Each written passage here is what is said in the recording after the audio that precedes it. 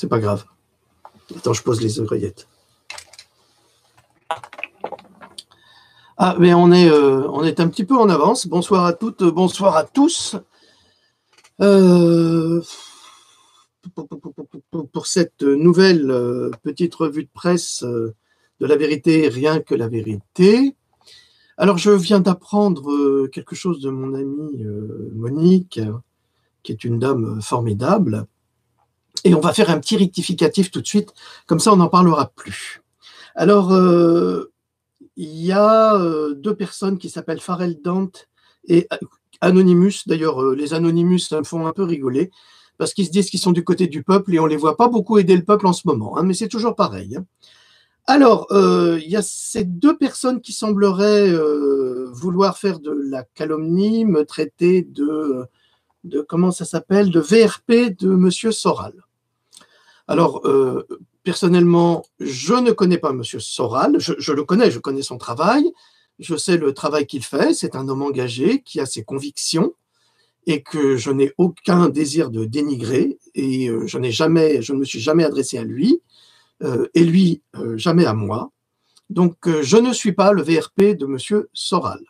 Je ne suis ni d'extrême droite ni d'extrême gauche, comme ces deux imbéciles cités précédemment, qui sont des agents du système et qui me traitent de raciste pour avoir insulté un pédophile qui travaille pour l'oligarchie et dont le portrait se trouve sur le site de Wanted Pédo. Alors, c'est quand même assez grave comme accusation, mais comme d'habitude, j'ai l'habitude, j'ai été calomnié, insulté, traîné dans la boue, ma famille aussi, pendant 3 mois cet été, par ces gens-là. Alors maintenant, ils reviennent à l'attaque pour essayer de dénigrer ce travail. Vous jugerez par vous-même si j'ai déjà eu des propos racistes envers vous ou envers nos amis africains que j'ai défendus, que je défends en permanence, à qui j'envoie mes livres gratuitement. Le Anonymous et l'autre bonhomme, je crois qu'ils n'en font pas autant. Alors, camembert. Maintenant, on va passer au vif du sujet, parce que je n'ai pas envie de m'éterniser, j'ai assez perdu de temps avec ces pervers et ces malades mentaux, même si j'ai eu un mot maladroit, permettez-moi, quand vous êtes insulté, traîné dans la boue et humilié, parfois vous perdez votre calme, et je dois dire que je n'ai pas été beaucoup soutenu pendant 3 mois. Hein. Là, j'ai vu où étaient mes amis, c'est-à-dire que j'en avais pas beaucoup, pour dire presque aucun. C'est-à-dire, ils se comptaient sur les doigts d'une main, éventuellement 2, mais personne n'a osé prendre ma défense pour ne pas être attaqué par ces snipers, par ces pirates informatiques, par ces criminels cybernétiques. Donc, c'est bon. Hein. Vous la fermez, ou alors vous faites un petit peu le travail que je fais, puis après on reverra. Parce que je vous signale que c'est pas eux qui font les Pandora. Hein. 7e livre, 500 pages à chaque fois, si c'est pas 700. Et tout ça, c'est pour sauver les gens. Donc, qui ferment leur gueule un petit peu. On a des choses plus importantes à faire que de s'occuper de ces gangsters et de ces voyous et de ces pauvres types qui sont des minables et des êtres détestables. Voilà. Hein, si vous avez des griefs contre moi, allez-y. Moi, je ne roule pour personne. Je ne roule que pour le peuple. Je ne roule ni pour M. Soral, ni pour M. Macron, ni pour M. Castaner, ni pour personne. OK ? Que les choses soient claires. Je n'ai pas de carte de parti. Avant les élections, je me suis inscrit à l'UPR. J'ai déchiré ma carte de l'UPR en direct. Je ne veux plus appartenir à aucun parti. C'est terminé. C'est tous des voyous. Et d'ailleurs, on va en parler de l'UPR parce que quand même. Alors, aujourd'hui, je suis très, très en colère. Encore en colère. Pourquoi ? Parce que ces messieurs, c'est une expression du 19e siècle, hein, ces messieurs, c'est-à-dire que c'est la police. Ces messieurs ont massacré les adolescents. Ils les ont attaqués avec une violence épouvantable. Donc, je vous montre les images. Tu ne fais pas quand je te demande gentiment. Voilà. Voilà. Alors ça, c'est un flic qui veut donner des leçons. Il veut donner des leçons et il semblerait que ça soit la leçon, c'est un flashball dans la figure. Parce que tu ne fais pas quand je te le demande gentiment. Qu'est-ce que t'as pas compris ? Alors, je ne sais pas quand est-ce qu'ils sont capables de faire des choses gentiment, ces gens-là, avec les enfants. Enfin, pour moi, ce sont des enfants, hein, ce sont des ados. Hein.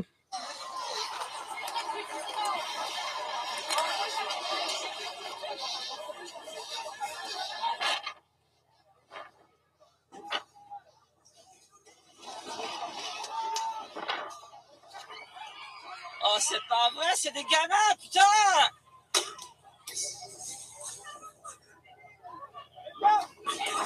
C'est des gosses! Connard! Allez-y, tirez sur vos gosses! C'est les vôtres qui sont devant vous! Allez, tirez sur vos gosses, vous avez raison, ils sont là! Tirez sur vos gamins, c'est votre futur, les mecs! Allez-y, tirez sur vos gosses, allez! Allez, vas-y! Oui! Il a 16 ans! Il a 16 ans, ce gosse!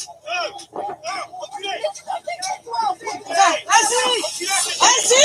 Allez! Bravo! Ah, pardon, excusez-moi.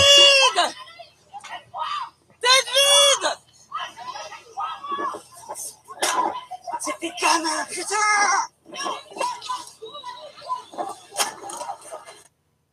Voilà la police française. On se croirait en état de siège. Et ça contre des adolescents. Alors ici, on a entendu, pour en revenir encore une dernière fois sur les deux crétins qui essayent de salir le travail de Jean Zonnette, je suis très étonné que Flyrider ou Maxime fréquentent ces deux personnages.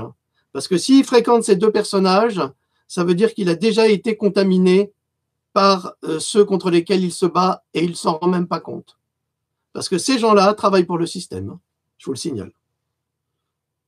Avec votre collègue avant qui pleurnichait, ils savent les gens qu'on casse, ils savent qu'on brûle. Je suis pas un black bloc. Vous ouvrez bien vos oreilles. Je suis un gilet jaune qui crève. Monsieur, je suis l'employeur de monsieur Macron. Vous savez ce que ça veut dire, employeur de monsieur Macron? Je le paye pour qu'il s'occupe de moi. Je suis en colère. Vous me faites pas peur. Je répète, je vais monter. Mais vous me faites pas peur. À qui vous, Abdel, à qui vous vous adressez quand vous dites vous me faites pas peur?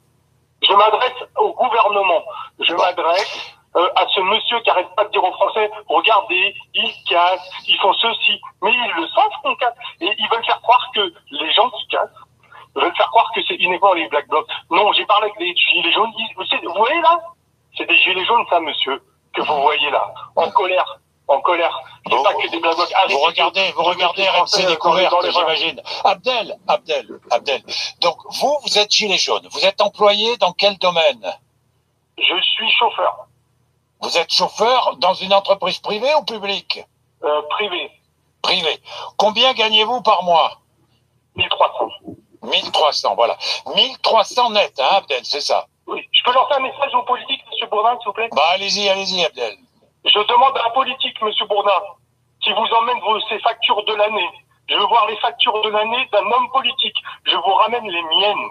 Et on va les comparer, parce qu'ils ont un appartement de fonction qui veut dire pas de courant, pas de taxe d'habitation, pas de redevance télé, téléphone gratuit, voiture gratuite, 7 000 €. Il nous dit 7 000 €, c'est pas vrai. Quand on a une ministre qui ose même pas dire son salaire, qui a peur de dire son salaire, c'est qu'il y a un problème. Elle nous dit 7 000 €, c'est pas vrai. Vous rajoutez 6 000 € de frais gratuits et d'avantages. Ils nous mentent. Monsieur, vous nous donnez des sons de morale, mais vous serez incapable de vivre la vie des Français. Vous êtes incapable de vivre la vie des Français. Vous rejetez, Abdel, vous rejetez tous les politiques?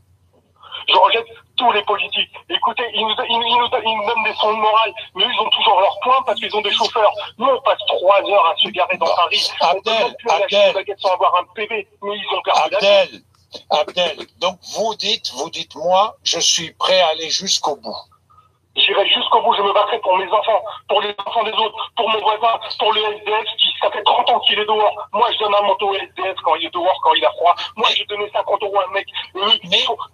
Pourquoi ils font pas du covoiturage? Mais Abdel, où peut conduire en bas de leur palais, qui les partagent. Moi, j'ai vu des chauffeurs de présidents ou de ministres rester des journées entières à attendre que le ministre sorte de son cabinet. Pourquoi ils ne traitent pas la voiture à l'autre ministre? Où peut conduire, Abdel, où peut conduire cette violence? Où ça peut vous conduire? Alors, il faut réfléchir à ça. Vous avez une famille, vous avez... Oui. Vous avez connu une manifestation où on défile comme des moutons à brouter le béton et il ne se passe rien? Jamais, ça n'existe pas. J'ai fait des manifestations où j'ai voulu rester correct. Ça n'a jamais servi à rien. Ça a servi. Mais c'est pas une manifestation, c'est la guerre. Ils n'ont pas compris. De toute façon, il n'a pas compris comme il n'a pas compris le reste. Le petit fiston. Monsieur Macron, ouvrez vos oreilles. Monsieur Macron, sortez de votre palais. Sortez votre palais. Merci Abdel. Je comprends pas. On vous dit, c'est comme si j'étais en haut d'une corde, et je vous dis coup d'effet de marron. Bon, tout est de ce tonneau. Moi, je suis pas tout à fait d'accord avec ce témoignage. J'ai le sentiment que Jean-Jacques Bourdin fait la part belle à des gens qui sont très violents. Alors, bien sûr, une révolution, ça se fait pas, mais moi, je parle pas de révolution. Je parle de mécontentement populaire. Abdel se trompe sur le fait que Macron ne sait pas, il sait très bien, c'est un provocateur. C'est quelqu'un qui sait très bien ce qu'il fait et qui a un mépris total pour le peuple. D'ailleurs, le député de la France Insoumise, comment s'appelle-t-il? Vous savez, celui qui a fait un film. Il est sympathique cet homme, mais il a commis une erreur en disant que Monsieur Macron, vous finirez comme Kennedy. Je voudrais simplement lui rappeler, du point de vue historique, que Kennedy n'a jamais été assassiné par le peuple. Il était même adoré par les Américains. Parce qu'il allait ouvrir plein de choses, il allait dire la vérité sur plein de choses, et surtout, il allait pas faire la guerre au Vietnam, il allait l'arrêter. Kennedy a été assassiné par le Deep State et par la mafia. Il n'a pas été assassiné par le peuple. Donc, quand vous dites, Monsieur Ruffin, c'est ça, Monsieur Ruffin, quand vous dites que vous allez finir comme Kennedy, vous vous trompez. Si Monsieur, et je le souhaite pas parce que je souhaite la mort de personne, si Monsieur méchant petit homme est assassiné, ça sera pas comme Kennedy. Non, c'est parce qu'il pousse les gens à bout. Alors, dans ce document, ce qui m'a choqué, c'est qu'en fait, nous sommes tous responsables de ce que nous disons. C'est ce qu'on nous fait comprendre. Mais vous savez, c'est toujours pareil. Ça veut dire que nous, on est responsables, mais les autres sont jamais responsables. Et là, Jean-Claude Gourdin, parce que là, il y va, il en met du Gourdin, il est responsable de ce qu'il passe à l'antenne. Et là, c'est de l'apologie de la violence. Et pour peu qu'il y ait des gens chez les Gilets jaunes qui manquent de raison, qui manquent de réflexion, et qui décident de changer un mouvement pacifiste en mouvement de guerre, c'est exactement ce qu'il faut. C'est exactement le témoignage qu'il faut pour montrer à ceux qui sont indécis, parce qu'il dit après, Abdel, il y en a qui vont venir avec des armes. Alors, j'ai vu ça, j'ai vu comment les policiers qui sont fatigués, parce qu'ils sont fatigués, les pauvres, on les plaint. Ah, les pauvres gars, ils en ont marre de taper sur les adolescents. Il y a une jeune fille, là, il y a un jeune garçon, il y a un garçon, 28 ans, qui faisait rien, qui avait juste un gilet jaune sur l'épaule. Il s'est pris un coup de flashball dans la tête. Il était avec sa copine, il faisait une manif, et il n'avait pas provoqué. Il se prend un flashball dans la tête, il est dans un coma, mais végétatif. Là. Alors, les gilets jaunes avec des armes, est-ce que vous vous rendez compte de ce que ça veut dire? Ça veut dire qu'il va se passer comme en 1789, il va y avoir la révolution, puis après il va y avoir l'épuration, puis après il va y avoir la terreur. Ça va être épouvantable, on ne peut pas se permettre ça. Je ne sais pas si vous envisagez la suite. Si on rentre dans cette démarche, c'est l'horreur absolue. Mais alors pour tout le monde. Pour tout le monde. Parce que là, on va voir tous les collabos qui vont tirer les marrons du feu. On va voir la vraie personnalité des gens qui ont fait les gilets jaunes, pour peu que ce soit eux qui les ont fait. Et là, ça va exploser, ça va être abominable. Alors, samedi, je vais dire une chose affreuse, hein, j'en suis conscient. Je vous ai déjà dit depuis le début, allez là où on ne vous attend pas. Si vous allez samedi prochain à Paris, vous ferez le jeu du gouvernement. Parce que là, ils ont testé, ils commencent à vraiment trembler, le gouvernement commence à vraiment trembler. Je ne veux pas dire des horreurs, mais il serait même capable de faire un attentat sous faux drapeau.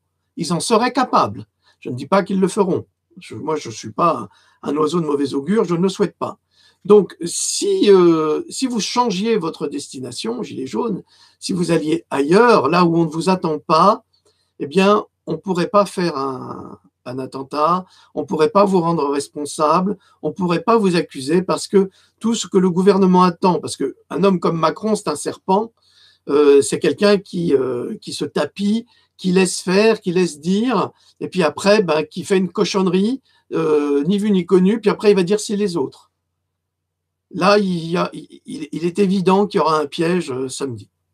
Parce que les forces de l'ordre ont dit elles-mêmes qu'elles étaient épuisées, donc elles ne pourront pas faire face à des excités. Ça va être l'enfer. Ça va être l'enfer.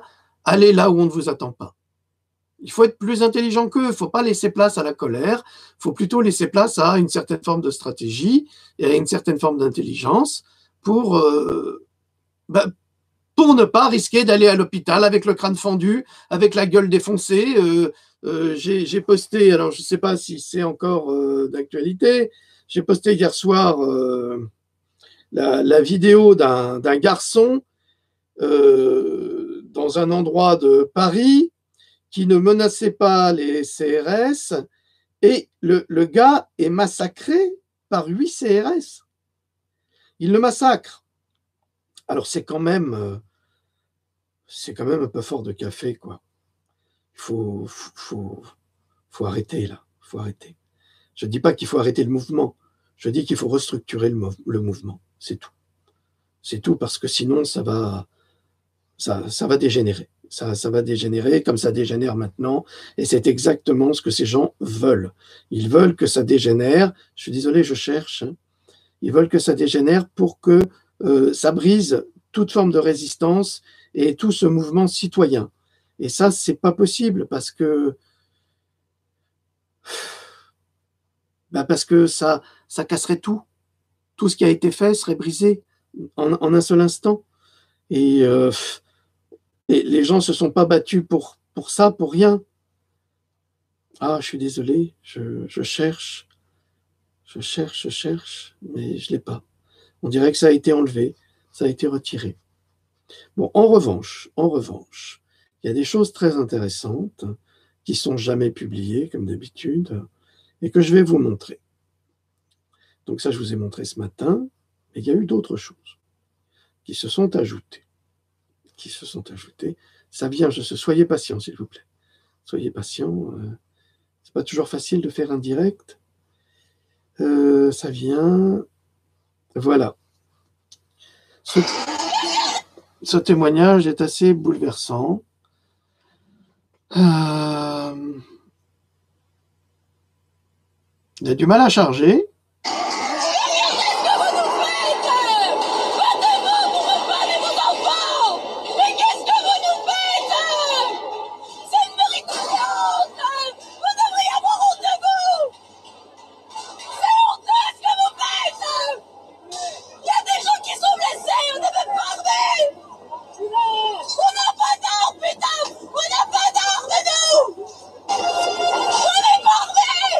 On est parvés, putain!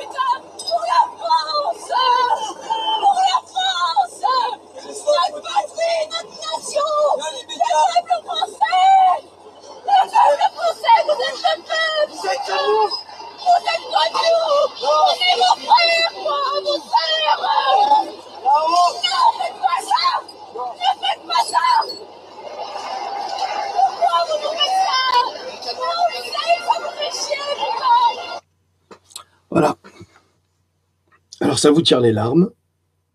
À 1300 €, La cotisation sociale permettra à quelqu'un qui touche le SMIC à la fin de l'année de gagner combien le SMIC, environ madame la 300 députée? € de Combien plus il par est? mois. À combien il est le Laisse-moi SMIC, de dire madame? qu'on ne fait rien pour les Non, mais- personnes qui gagnent. Écoutez, Idriss, Combien s'élève le SMIC aujourd'hui, madame la députée? il y Combien? a combien le SMIC? Alors, je vais vous dire, vous me faites une colle. En effet, je ne connais pas. Mais vous vous rendez compte? Ben voilà, voilà, représentante du peuple qui ne sait pas à combien s'élève le SMIC. C'est fatigant, hein. C'est fatigant ces élus, parce que franchement, les mecs qui sont censés, enfin les mecs et ces bonnes femmes, elles sont censées représenter le peuple. Hein. Alors moi je vais lui dire à Madame la députée à combien s'élève le SMIC. Au 1er janvier 2018, parce que c'est vous qui votez les SMIC, hein, Madame la députée, c'est vous et vos amis qui ne représentez personne, si ce n'est vous et vos intérêts. Alors le montant horaire brut est porté à 9,88 €. Contre 9,76, soit une augmentation de 1,23%. Je vous rappelle que les députés se sont augmentés de 20%.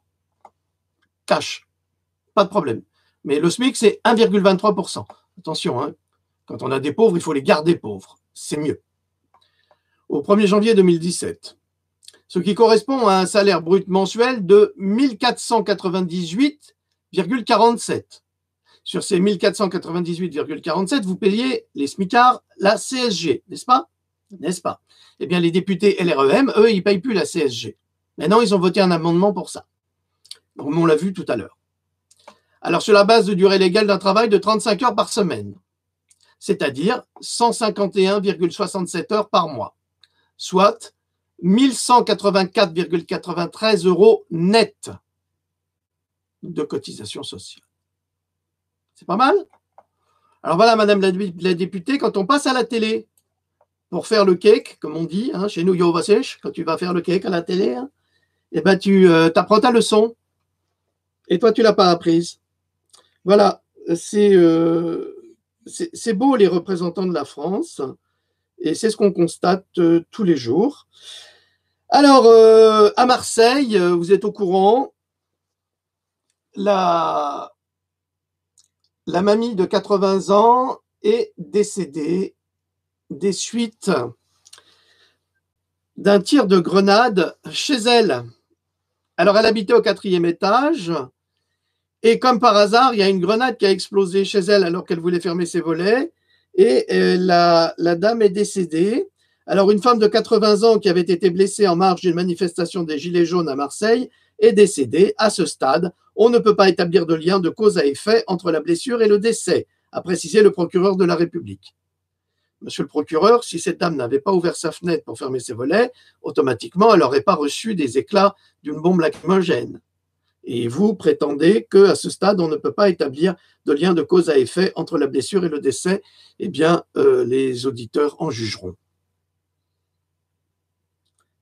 Qu'est-ce qu'on a encore? On a plein de choses. On a plein de choses. Bon, ce matin, vous l'avez vu, les ambulanciers étaient en colère. Les CRS ont plié bagages. C'est sûr.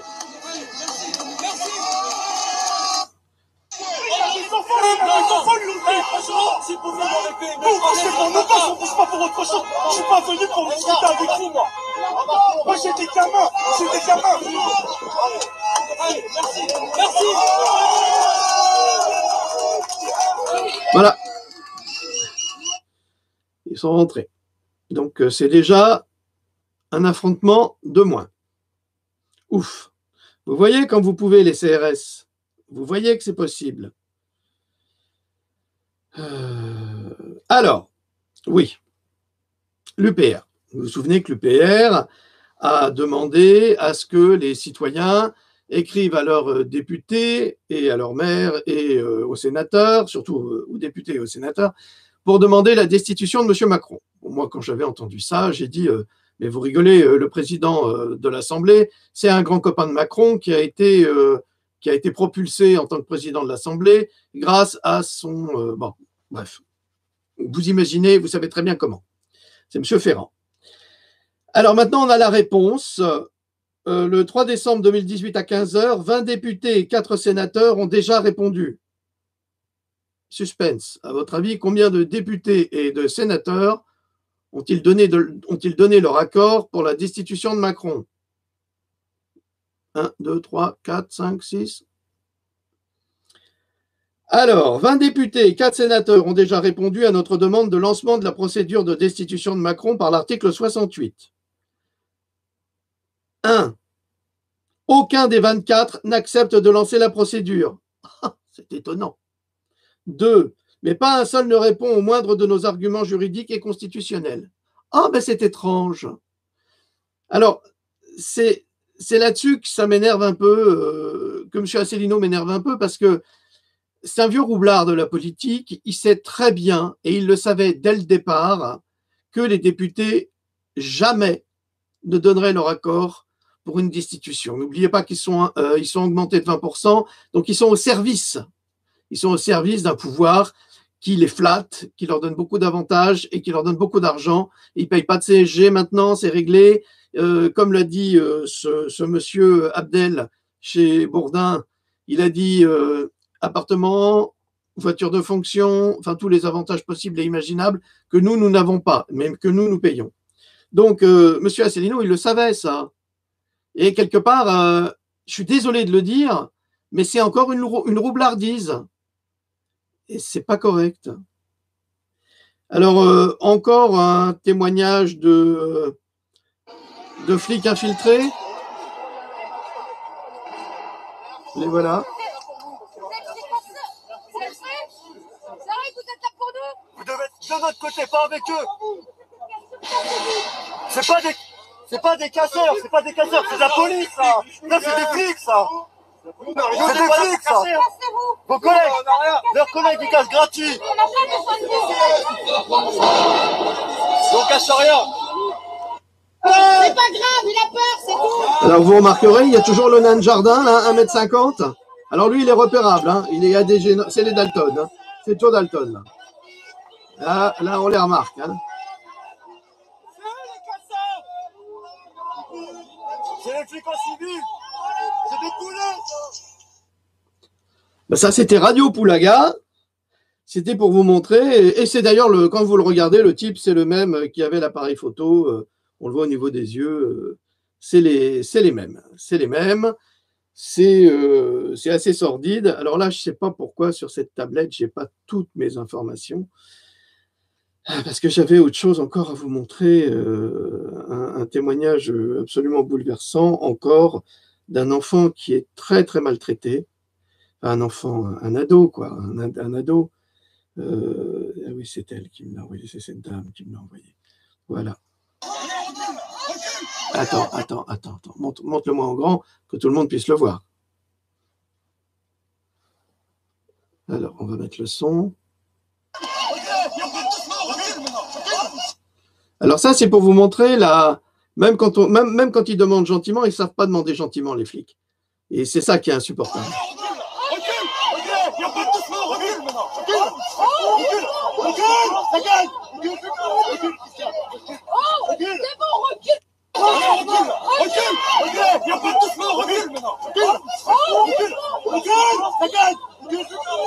Voilà, alors on appréciera le vocabulaire de la police, des gens très bien élevés, très éduqués, et on appréciera aussi les méthodes sur des ados qui les menacent pas, qui risquent pas de leur faire du mal, qui risquent pas de les agresser.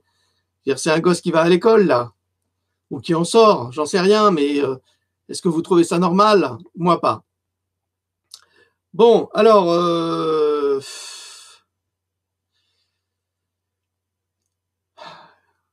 ça m'a énervé cette histoire-là de ces trolls qui ont embêté mon amie Monique.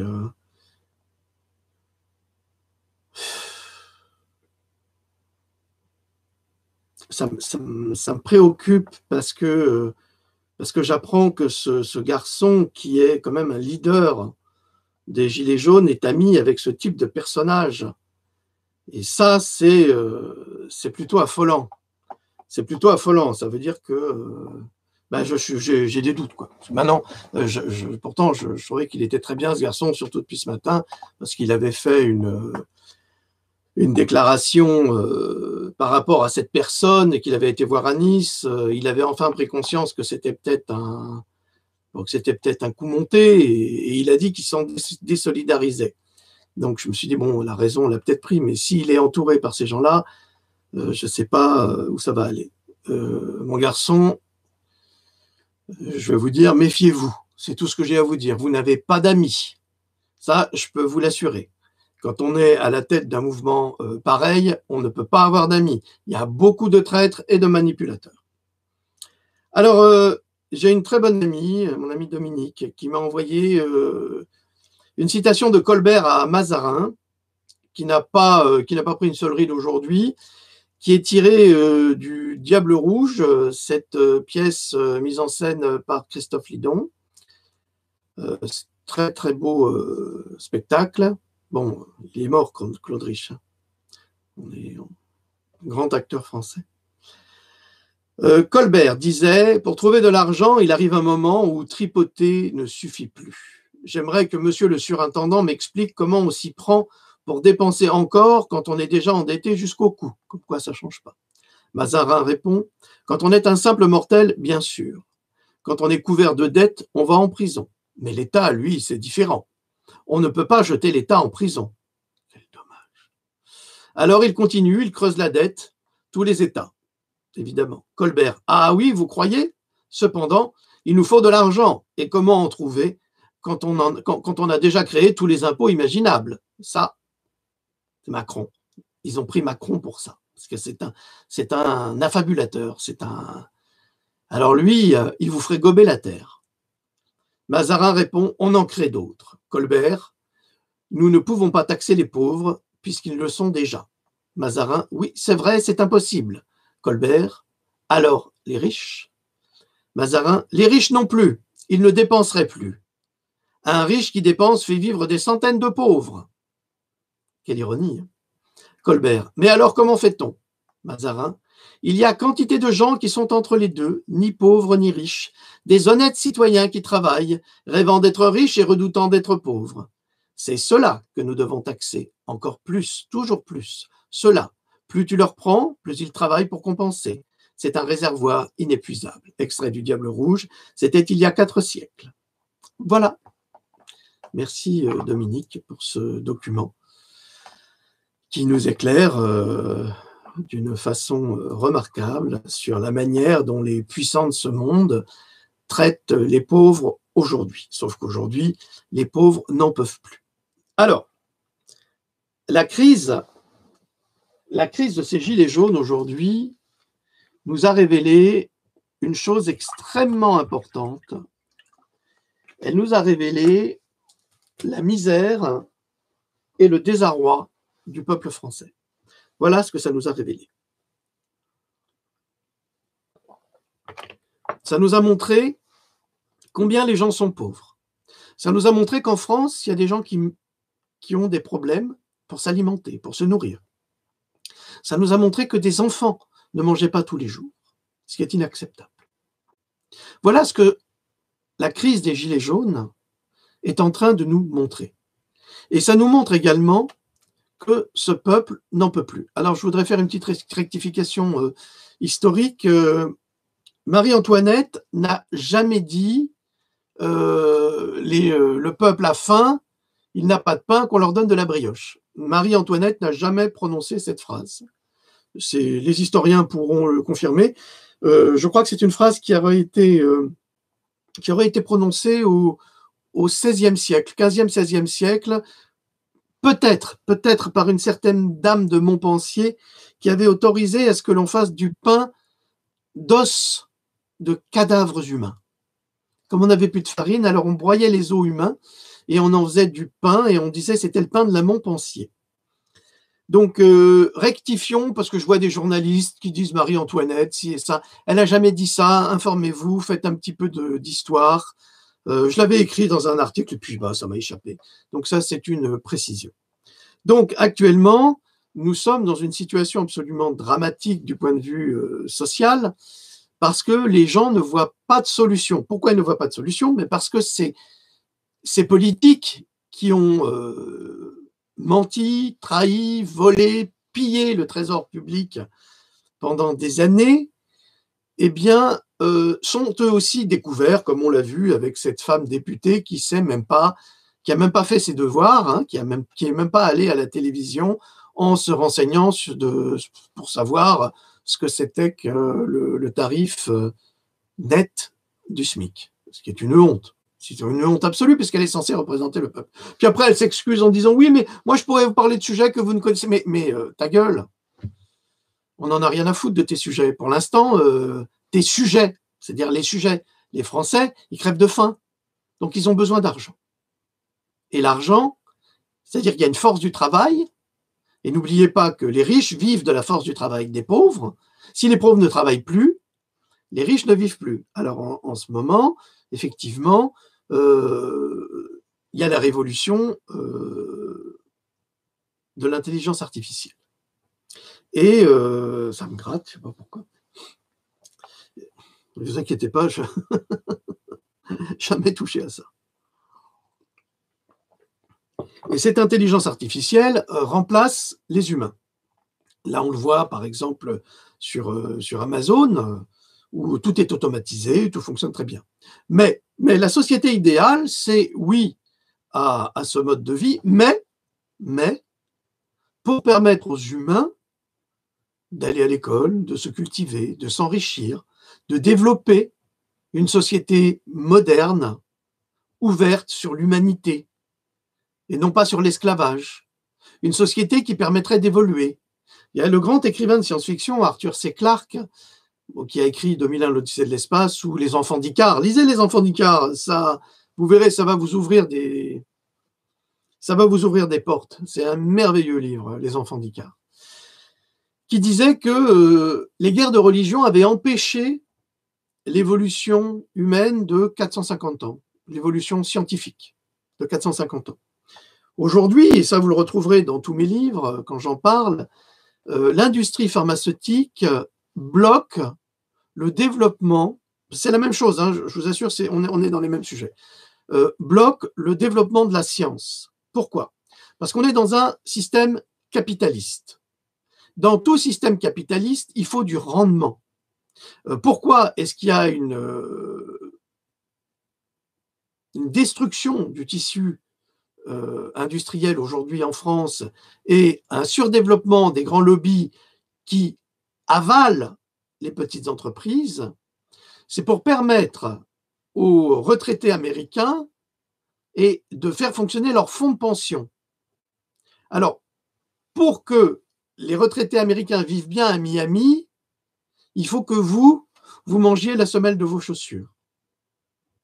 Et M. Macron a contribué à cela en tant que ministre et en tant aujourd'hui que président de la République.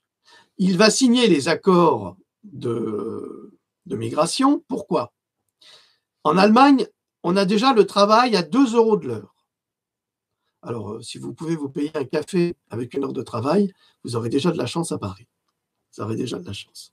Donc, si on fait venir un flux migratoire, c'est parce que ces gens-là, c'est le grand remplacement. Ces gens-là vont travailler, eux, pour 1 € ou 2 €. C'est bien ce que disait le patron des patrons en disant qu'il fallait que les Français commencent à penser à travailler bénévolement pour lui. C'est enfoiré. Ah, ça, c'est vraiment des enfoirés. Le mec qui touche des subventions de l'État à hauteur de plusieurs millions d'euros, il ne respecte pas ses engagements en n'embauchant pas.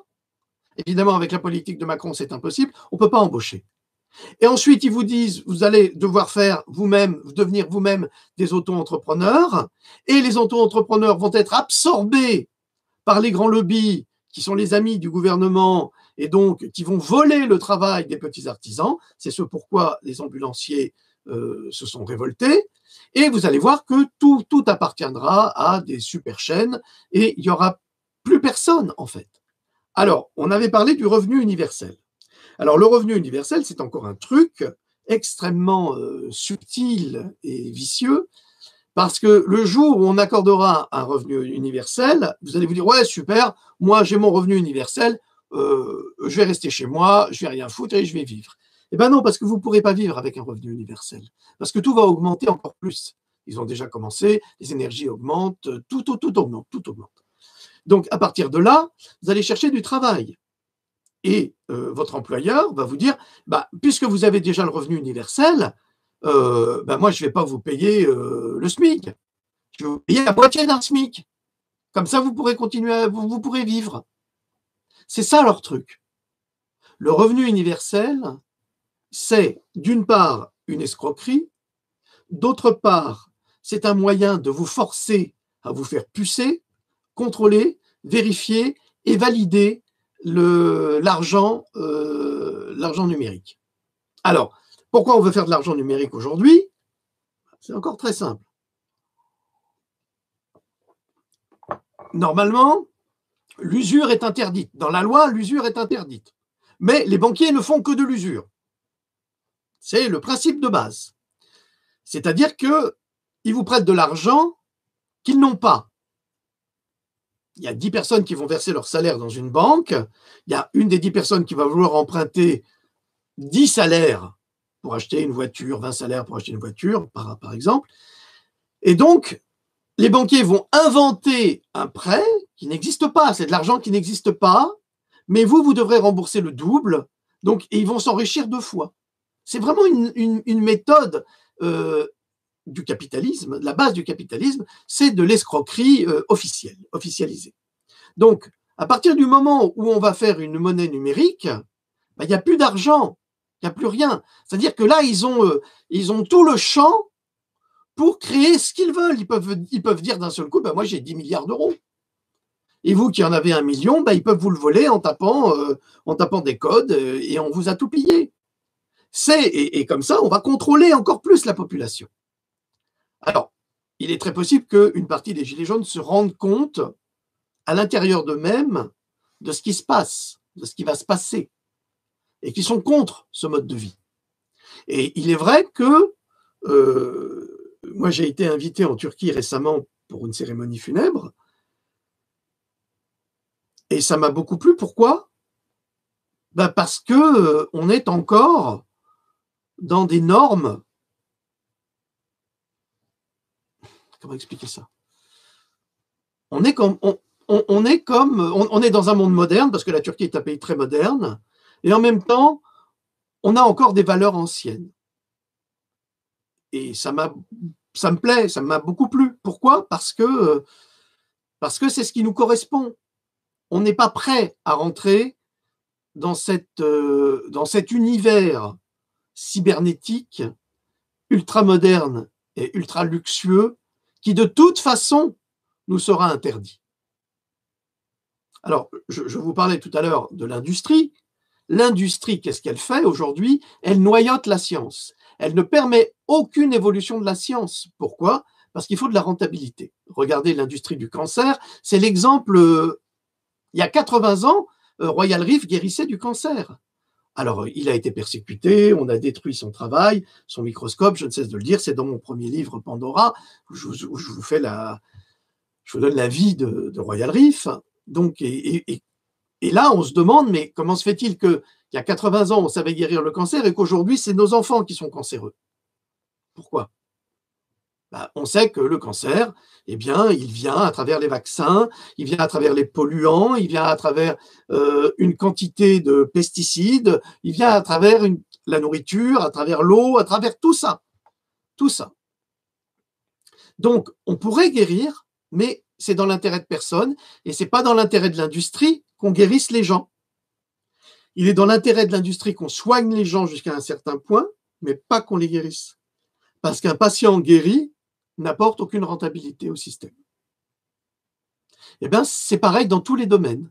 Regardez aujourd'hui, les voitures à eau fonctionnent très bien. Avec 1 litre d'essence, 1 litre de gasoil, eh bien, une voiture va faire 100 km.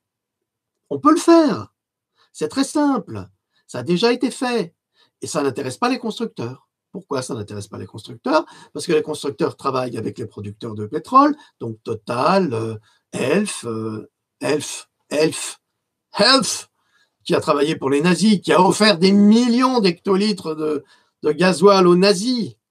Donc, replongez-vous dans l'histoire, vous comprendrez un petit peu ce que c'est que la société Elf. Donc, tout ce qui est exploitation de pétrole, ça aussi ne vous permettra pas de développer, justement, l'écologie. Toutes ces entreprises ne sont là que pour générer du profit.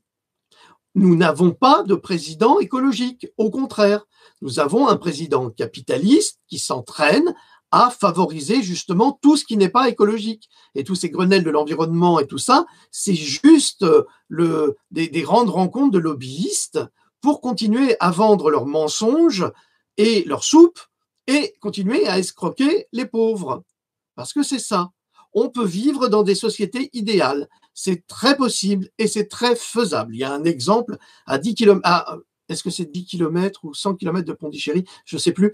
Il y a une ville modèle comme ça, en Inde, à Pondichéry. Alors, c'est international. C'est international. Il n'y a pas de monnaie. Tout le monde travaille pour le bien de la communauté et ça se passe admirablement. C'est une ville de conscience, c'est une ville d'ouverture, c'est une ville de savoir et de connaissance, surtout de connaissance. Eh bien, nous pourrions avoir ces mondes, mais il est impossible de les avoir avec des banquiers à la tête d'un État qui détruisent à la fois l'économie, à la fois la science, à la fois la culture, à la fois la religion, parce que la religion, on en dira ce qu'on voudra, c'est quand même un modèle de morale. Or, s'il n'y a plus de religion, qu'est-ce qu'on a? Eh bien, on a l'inverse, on a des satanistes, on a des pédophiles, on a des êtres sans morale, sans foi, ni loi. Et c'est exactement le monde dans lequel Macron baigne et le monde qu'il veut nous imposer à tous. Alors, pour en revenir aux Gilets jaunes, parce qu'il y a tellement de choses à dire, à propos de samedi,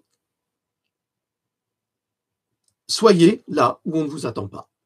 C'est tout. Vous avez vu comment ils traitent les enfants, vous avez fait les adolescents, vous avez vu comment ils traitent les personnes âgées, parce que, en fait, les Gilets jaunes, c'est ça aussi que ça révèle. Ça révèle l'absence de négociation, la tricherie, avec les flics déguisés en Gilets jaunes, qui ont des grenades, des lacrymos, qui sont tout de suite prêts à en balancer sur les uns, sur les autres, et à foutre le feu à droite à gauche pour dire après que ce sont les Gilets jaunes. Vous avez la presse radio avec Jean-Jacques Gourdin, pardonnez-moi monsieur, mais là je trouve que vous avez été trop loin, vous soufflez sur les braises là, où vous laissez parler un homme qui n'est absolument pas représentatif des Gilets jaunes, qui est certainement un Gilet jaune, qui est certainement très sincère ou pas, parce qu'on ne sait pas qui c'est en fait. C'est peut-être quelqu'un du gouvernement qui travaille pour le gouvernement et qui est là pour dire des choses pour exciter les autres. Et là, mon vieux, vous êtes vraiment responsable de ce que vous faites.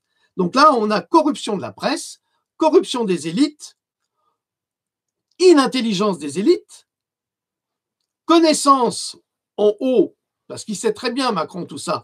Vous le prenez là, vous le regardez tous, on dit oui, descends de ton piédestal et tout ça. Vous inquiétez pas, il sait très bien tout ça. C'est un provocateur. C'est un provocateur qui fait tout pour vous exciter, pour vous provoquer et pour attiser votre haine, parce que vous avez de la haine pour lui. N'ayez pas de haine pour ce sinistre personnage, méprisez-le. N'ayez pas de haine contre lui, parce que lui, il s'en fout de la haine que vous lui portez. Et vous développez une haine, une énergie qui se retourne contre vous. Or, on a besoin de cette énergie pour des choses bien plus positives. Il faut changer le système, le mode de pensée pour apporter du positif et détourner cette sphère diabolique qu'ils sont en train de mettre en place. Alors, je ne sais pas comment vous ferez, je ne sais pas.